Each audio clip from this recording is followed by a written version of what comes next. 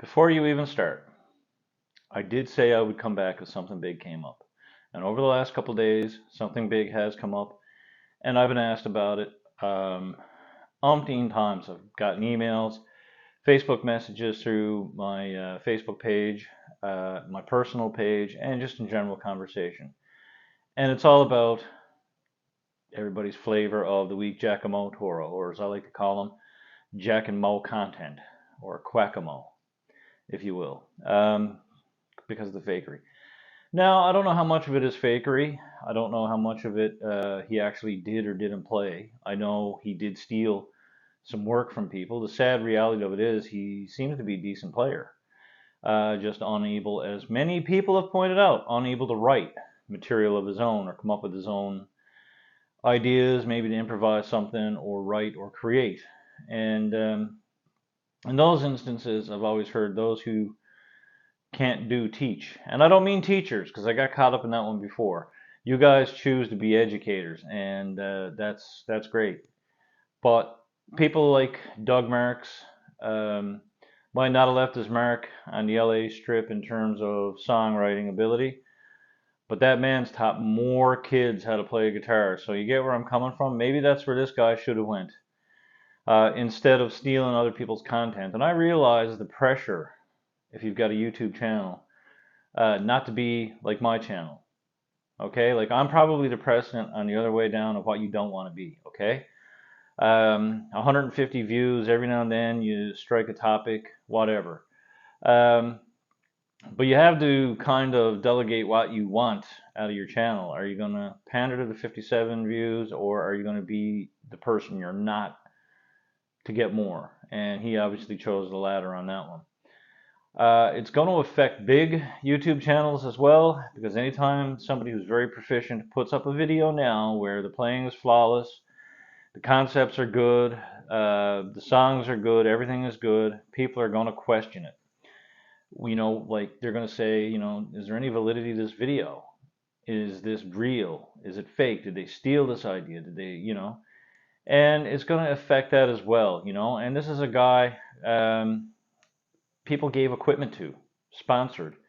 He made revenue from, ad revenue from his channel, gear endorsements, things like that. And that put a bitter taste probably in those people, those artist development people at Fender, Gibson, and all these people that gave him pedals and things like that. And it's going to make it harder for everybody else now because of this. And I didn't really know a lot about it until I watched Rick Beato.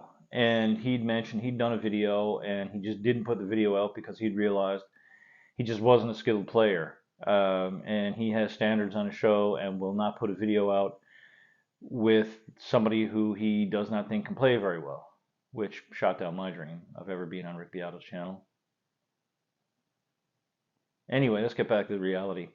Um, the whole thing it's bad for music in general. It's very reminiscent of the hard rock scene of the 80s when Motley Crue came out and every kid went to his sister's closet and took her pantyhose and lipstick and tampons and started playing guitar, and writing songs. It waters things down. It makes things you're stealing. It's just not good. Like I said, it swallows up the smaller channels in the algorithm. It doesn't give them a chance to breathe. It doesn't give them a chance to grow. It doesn't introduce them to audiences because they just fall right through that algorithm crack. So there's a lot more than just the dishonesty there. It affects more than just the people that he stole from. And the reality of it is he stole from more than a handful of people. He stole from everybody. Like I said, there's no relevance there to my channel. My channel is completely different, I'm sure. He's, never heard of my channel like many people. Obviously, it's a small channel, but in his defense, like I said, there is a lot of pressure, for musicians right now. Touring being what it is, people aren't on the road as much, so people aren't in the studio as much, and everything is DIY now for the most part. Like instead of these big grand studios, people are recording in smaller spaces and using less known, less expensive musicians are doing it themselves. There are a lot of proficient players out there now that can sing and play and go, what do I need to pay somebody $300 an hour when I can do it myself just as well?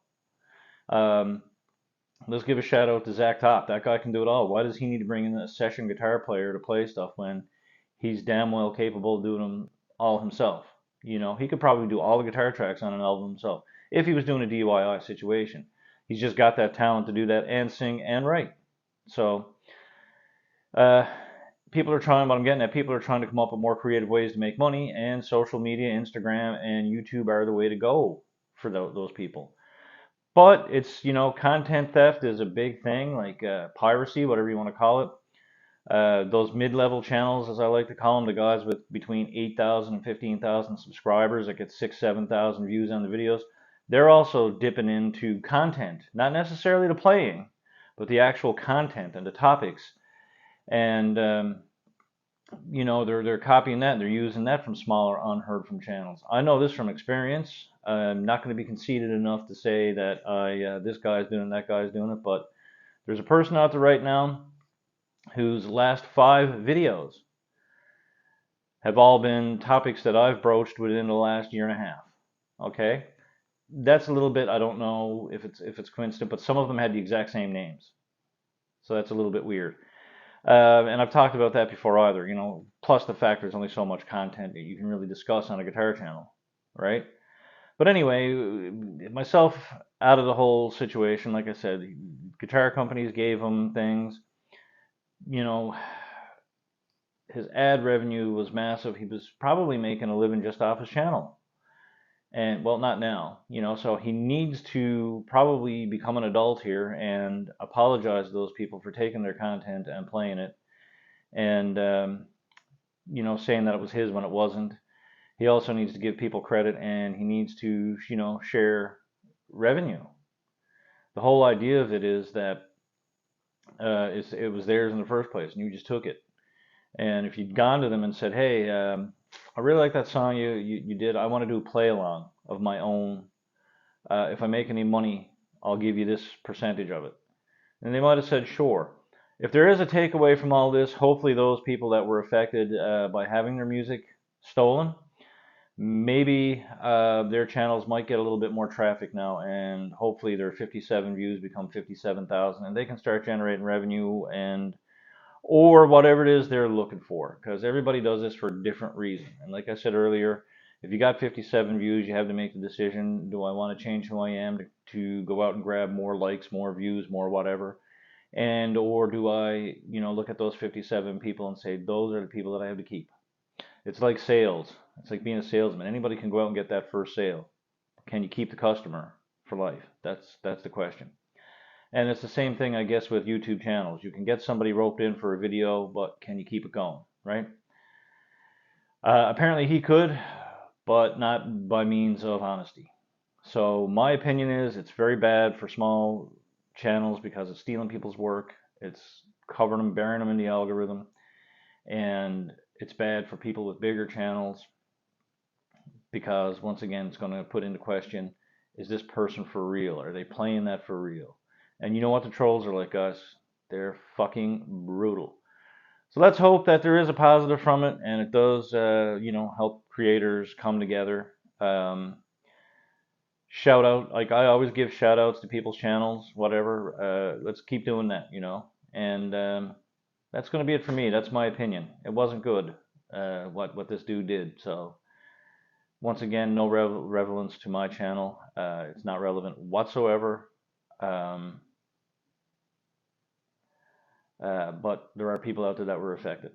So anyway, we'll talk later. Maybe, maybe not. I don't know. Like I said, if something big comes along, I'll be here. If anything happens, I'll be here.